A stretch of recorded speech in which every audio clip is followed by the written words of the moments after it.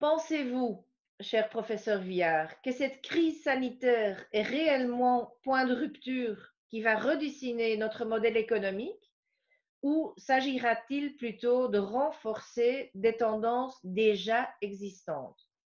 Et comment vous voyez cela? Il faut toujours se dire que d'abord, rien ne va changer. C'est ça l'élément central. Mais qu'après, pourquoi? Parce qu'on va avoir envie de retrouver ce qu'on avait, parce que les entreprises vont produire ce qu'elles savaient faire, etc. Donc, et en plus, comme il va y avoir du chômage, etc., au contraire, on va essayer de redémarrer vite, un peu comme c'était hier. Bon, ça, à mon avis, c'est la première idée. La deuxième idée, c'est que, en même temps, il y a des signaux faibles qui vont devenir plus forts. C'est-à-dire qu'il va naître des choses de cette crise, mais on va les voir se répartir dans 5, 10 ou 15 ans. C'est-à-dire que, si vous voulez, il naît des signaux faibles qui mettent du temps à monter. Par contre, il y a des signaux faibles d'hier qui vont prendre plus d'importance. Par exemple, le questionnement du voyage en avion. Par exemple, le fait de s'approvisionner dans le local. Par exemple, le fait d'utiliser Internet à l'intérieur du monde du travail. Par exemple, de bousculer l'école pour que le professeur et Internet soient des complémentaires, de repenser l'hôpital aussi. C'est-à-dire, il va y avoir des signaux qui étaient déjà là, qui vont devenir plus forts. Là où il va y avoir, à mon avis, une vraie rupture, c'est que si vous voulez, le cycle économique qui a été ouvert en 1980 par Ronald Reagan, au moment aussi où la Chine est devenue un État capitaliste totalitaire, si vous voulez, à l'époque, au fond, petit à petit, les grandes majors économiques ont imposé la mondialisation qui nous a permis d'avoir des objets pas chers, etc. Ça a plein d'avantages. Ça a fait développer la Chine. On a gagné à peu près 8 ans d'espérance de vie en Europe, etc. Donc ce n'est pas que catastrophique, mais régulé d'abord uniquement par le marché. Et en gros, le politique n'a plus été légitime à le faire. D'ailleurs, souvent, on l'a méprisé. Je ne parlerai pas du gouvernement belge parce que je ne veux pas, mais le français n'est pas meilleur, etc.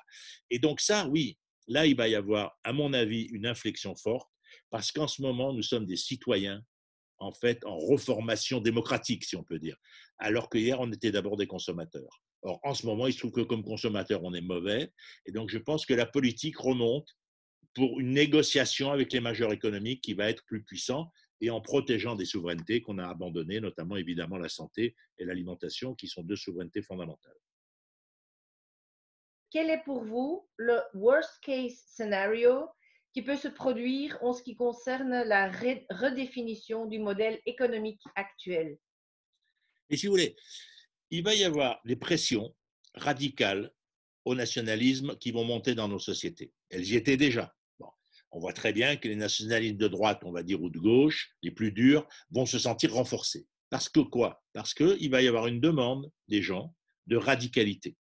Quand on vit avec l'idée de la mort, quand on vit avec la proximité de la mort pour ses anciens, quand on vit sur un modèle confiné qui a beaucoup d'avantages mais pas mal d'inconvénients, etc., quand on sort de là, on a envie de choses importantes, si je peux dire les choses comme ça. C'est-à-dire tout ce qui est secondaire va être mis un peu de côté. Et donc, effectivement, nos sociétés vont être capables de proposer de la radicalité sur quelques points clés pour effectivement concurrencer la radicalité nationaliste. Vous voyez, c'est ça qui est central. Est-ce que l'Europe va devenir une grande puissance en matière de santé, par exemple?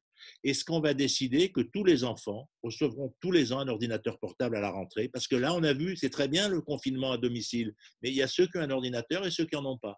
Eh ben, il y en a qui ont décroché à l'école, il y en a qui ont suivi. Je prends des exemples, vous voyez, relativement simples. Mais il me semble que c'est sur des choses comme ça il faut être radical, il faut être très net, il ne faut pas passer des mois à négocier. L'opinion publique ne voudra pas ça.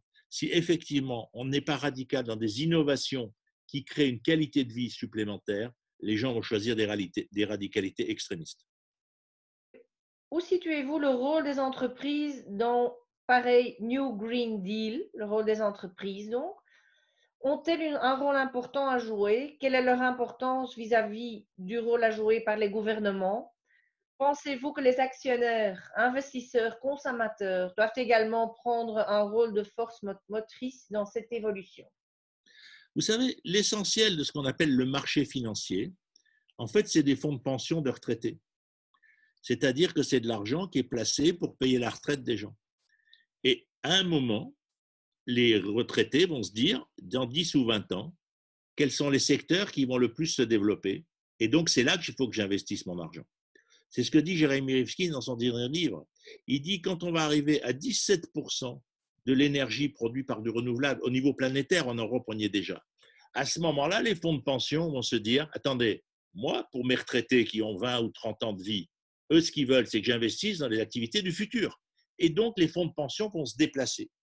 Et donc, si vous voulez, la question qui nous est posée, c'est comment profiter de cette période pour favoriser ce déplacement des fonds de pension. Ça veut dire qu'il faut qu'ils aient la conviction que le fait qu'on utilise ces 2350 milliards pour une inflexion écologique, ils ont intérêt à suivre le mouvement, parce que sinon, ils vont investir, par exemple, dans le pétrole, et dans 20 ans, quand leurs retraités seront très vieux, ben, ils n'auront plus de pension.